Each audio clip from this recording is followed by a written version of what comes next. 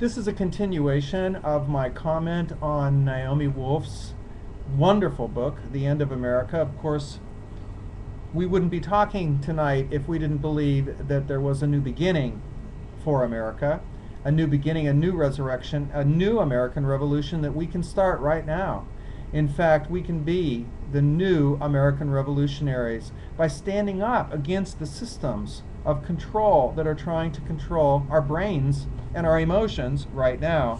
In fact, I've written a book about it, which I'm going to read some more, called Uncle Tom's Classroom. And on the back, I say quite clearly, throw off your chains, set yourself free, remember the quantum field master you were created to be. Quantum physicists have actually told us, and they have proven, that we have actual influence over the way our lives unfold.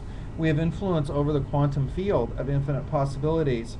What I did in my curriculum in San Francisco was I introduced this instead of brainwashing my students into only the state-mandated curriculum. And it was amazing what happened.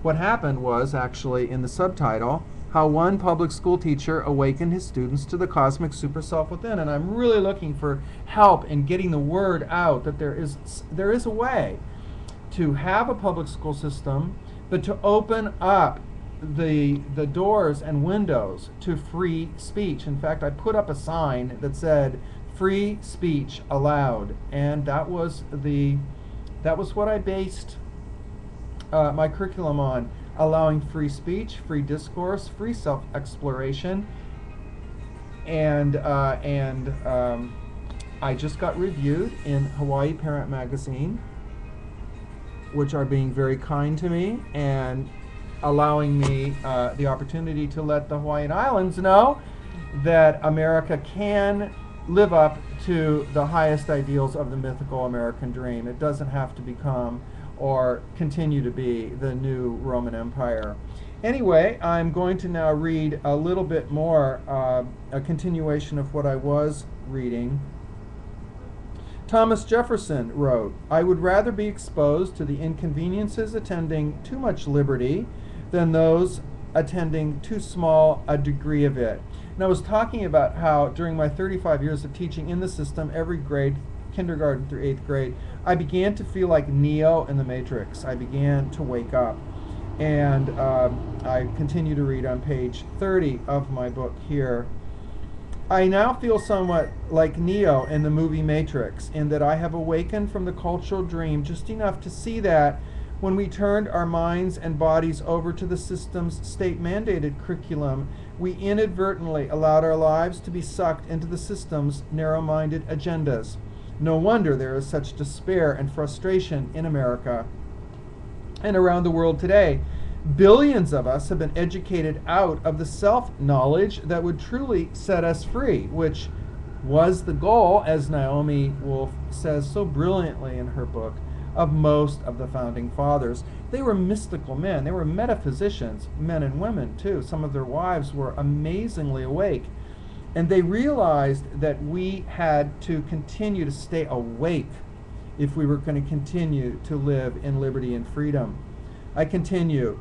"The challenge before us begins to come into view once we start to wake up and ask ourselves if there just might be more to life than merely preparing ourselves and our children to become laboring cogs in a worldwide military-industrial complex, an economic merry-go-round.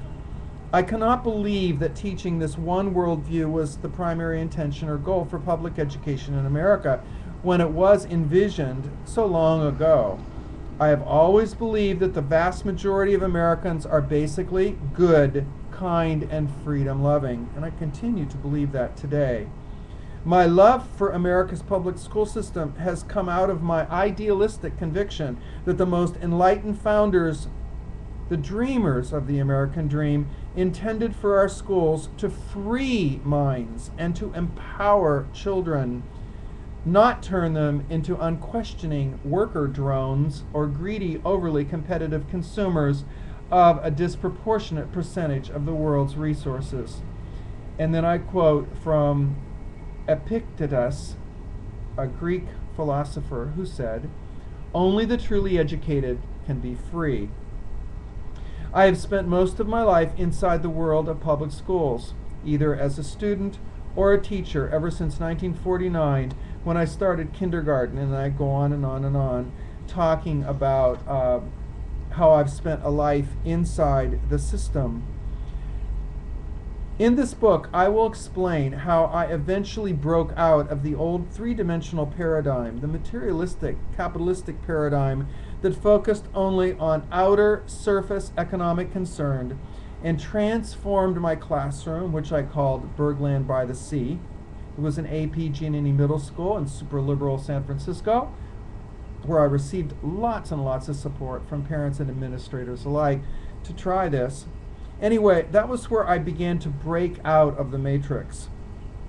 And I realized that public education had become like a terrarium or a crucible for creating compliant capitalists rather than being free-thinking educational domains. I used initially the discoveries of Einstein and quantum physics to empower my students to explore what we call the science of super consciousness. In my beloved Bergland by the Sea, I even encouraged my students to look deep within themselves to explore their innermost identity, and what they found within completely changed the way they saw themselves and how they interfaced with reality. I show in this book how I helped my students give up the old paradigm of seeing themselves as mere humanoid worker bees and introduce them instead to the great adventure of discovering and exploring the vast, unlimited potentialities of the multidimensional cosmic consciousness that lives within. In Uncle Tom's Classroom, I share with you the classroom strategies that we developed together that helped us understand the empowering idea that we so-called humans, like everything else in the quantum field of infinite possibilities, have both inner and outer dimensions, inner and outer aspects that make up our whole being. We are both particles, bodies, and waves, energy. We are both form and content. We are therefore both physical and non-physical, which means we are both form and consciousness. We are bodies, and we are also energetic beings. We are therefore visible beings and invisible beings, and most importantly, we discovered in Bergland by the Sea that we are super beings. We are both human selves, as we've been told, and we are also cosmic super selves. There is an inner space within each and every child that houses an extraordinary super self of infinite wisdom, power, potential, and possibility. And in my classroom, we opened up minds to this awesome idea. I now quote from Rudolf Steiner. We will eventually become entities of cosmic wisdom when we reach full self-consciousness. Earth can and will become a planet of fulfillment. In my classroom, we studied about Einstein, who explored our dual nature and explained it succinctly with his brilliant equation E equals mc squared. We pored over his theories about time and space and his ideas about material and energetic dimensions. And together we discovered that below and beneath the surface appearance of every child, a powerful super being of unlimited power, intelligence, and potential lies in waiting to be discovered and released. And I quote Ralph Waldo Emerson here, "Society, as it's set up everywhere, is now in a conspiracy against the manhood of every one of its members.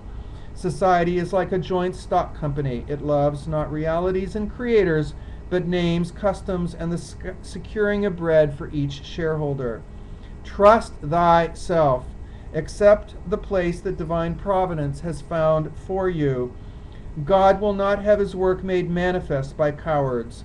God needs a divine man to exhibit anything divine."